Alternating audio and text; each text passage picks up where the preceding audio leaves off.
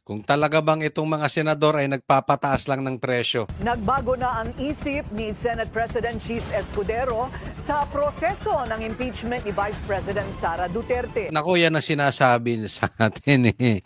Alam nyo, ang dami ko na natatanggap na mensahe. At ang dami ko ring nababasa, no? Na ito si Cheese, hindi natin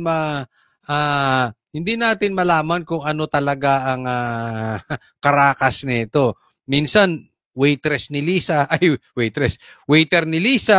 minsan julalay ni Lisa, minsan ayaw ituloy ang impeachment, minsan ay parang dinidelay ang impeachment, tapos ngayon sabi nga ni Corina, nagbago na ng isip kung susundan natin ang kanyang mga sinasabi, tila nga may punto yung mga natatanggap nating balita na ito raw si Cheese ay, at hindi lang si Cheese, yung ibang mga senador ay may kanya-kanya ring agenda. No, yung iba nagpapataas lang daw ng presyo, yung iba tahimik kasi nakikiramdam. Alam nyo, may mga pansariling interes no? Pero tingnan muna natin itong sitwasyon sa pagtuloy ng impeachment. Okay? Kung dati matigas siya na ito'y hindi dapat madaliin, ngayon isang motion lang, pwede na raw itong simulan. Kaya nga bigla-bigla di ba? Parang, teka muna, relax lang, kalma lang. Oo, bakit nyo kami bibirahin? Bakit nyo kami uutusan? Kayo, Tito Soto, sila, nagbanggaan na sila, di ba? Narinig nyo ba yung sagutan nila ni Tito Soto? May banggaan na sila ni Tito Soto. May banggaan din sila ni Tambaluslos. Yung mga bata niya, mga bata ni Tambaluslos, nag-aastang siga na inuutusan ng Senado. Ngayon, biglaan na lang. Di ba? So, ano nangyari? Narito ang agenda report ni Hannah T. Sa gitna ng mga batikos at pressure sa Senado, mga panawagang litisi na si Vice President Sara Duterte. Secretary will please call the roll. Tila nagbubukas na ng pinto si Senate President Cheese Escudero sa impeachment trial. Kung nooy iniiwan sa gantihan ng botohan ang concrete steps para rito, ngayon mas maliwanag na ang mensahe.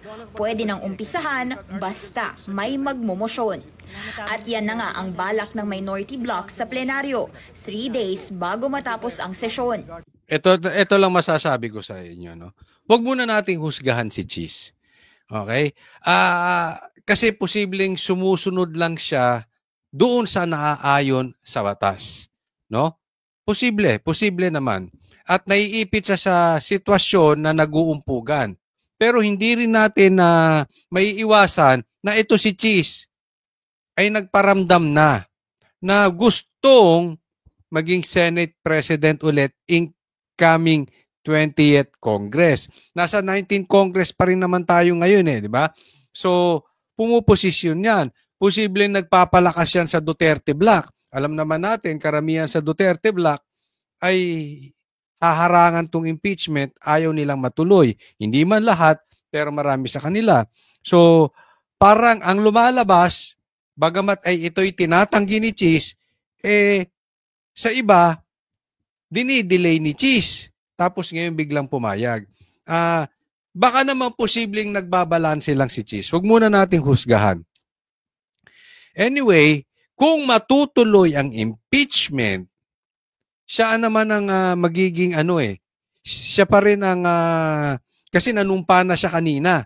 At siyang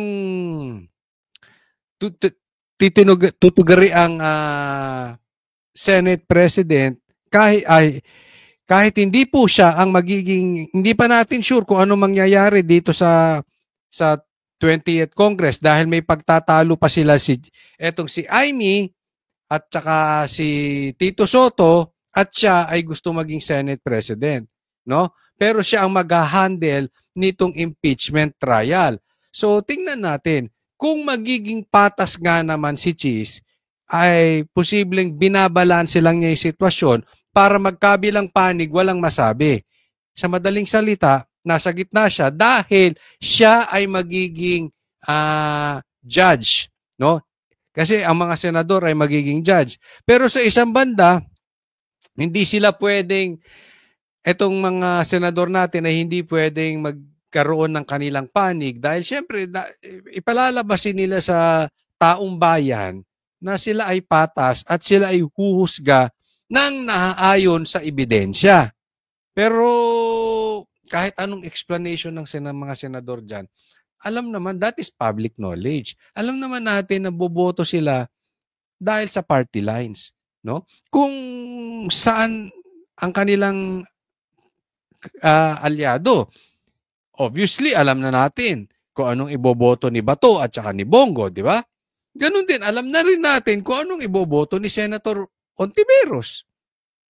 Di ba? Yung iba lang na nasa gitna, yun ang hindi pa natin malalaman. But definitely, in my opinion, hindi po matatalo dito si BP Sara.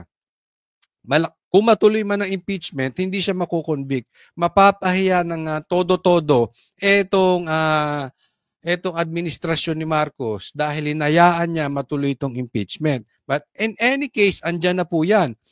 At magkukonvene na po sa Wednesday. Pero wag pa tayong umasa dyan dahil mamaya lang magkakaroon pa po sila ng diskusyon. And definitely, I'm sure ipapasok nila ba to para ipahinto itong impeachment na to. Hindi ito aabuti ng 1 oras. So, let's not pretend that 1 hour is too much to ask. Kung ibang panukala sa plenary, umaabot tayo sa hating gabi. We may have only 3 days. Ang arte niya itong tao na to. Ito si Risa, no? Tingnan niyo siya magsalita, no? Halatang pumuposisyon na. Tatakbo ito. Gusto niya siya ang maging standard bearer ng pink. Kaya ganito umasta to si may pangarap to. Either president siguro at worst siguro sa kanyang pag-iisip maging vice president. Halata po. President or vice president ang gusto niya itong takbuhin. But 3 days is not nothing. Para kay Ontiveros, tapos na ang debate. Di na kailangan pang pagbotohan. Dapat lang gawin ito sang-ayon sa konstitusyon. Ma'am, yung pag-convene po ba ng Senate as an impeachment court, is that optional? Oh, definitely not. Kung dapat ba daw yung pag-convene ng Senado o yung ibig sabihin kung itutuloy impeachment, definitely not. Bakit? Definitely not. Kapag ang maging pananaw namin at ugali namin ay optional lang, yung pag-convene bilang impeachment court, susuwayin namin ang konstitusyon. Nakamuntindi, no? Definitely not.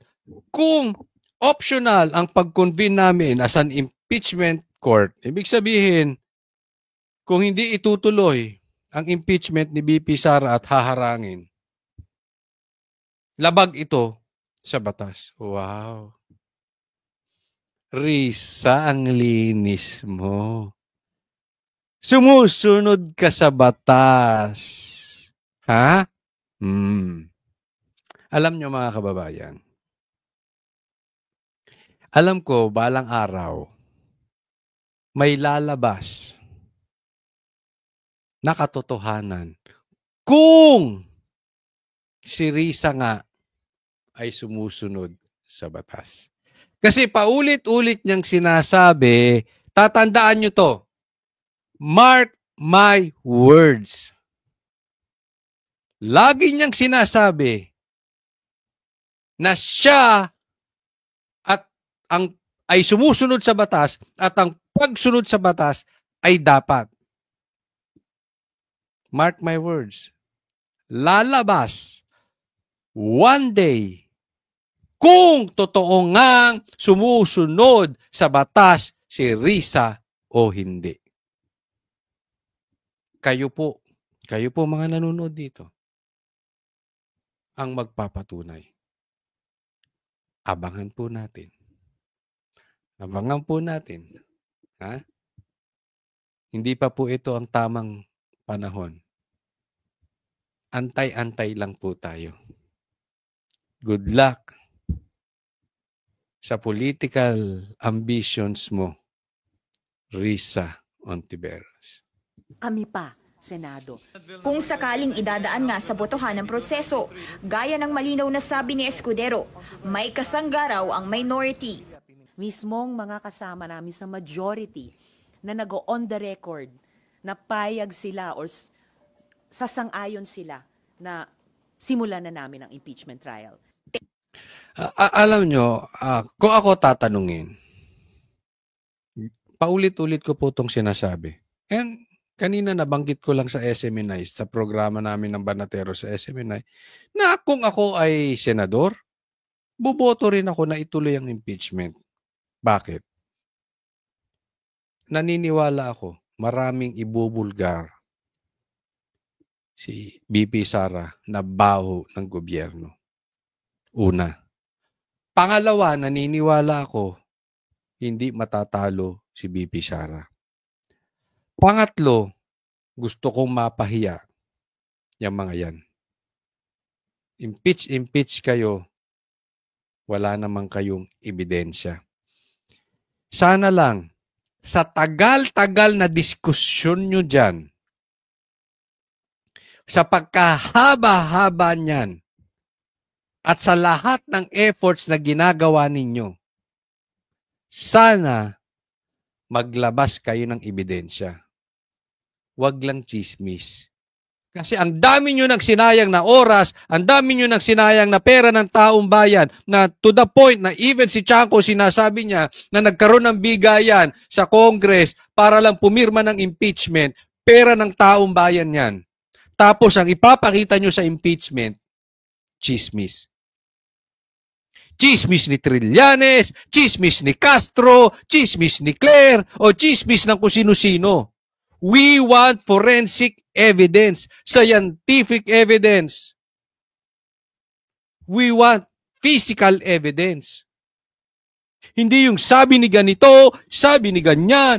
Ako pwede kong sabihin, ikaw ang pumatay kay Jose Rizal. Puro kayo sinabi ni ganito, sinabi ni ganyan. Wala naman kayo mapakitang.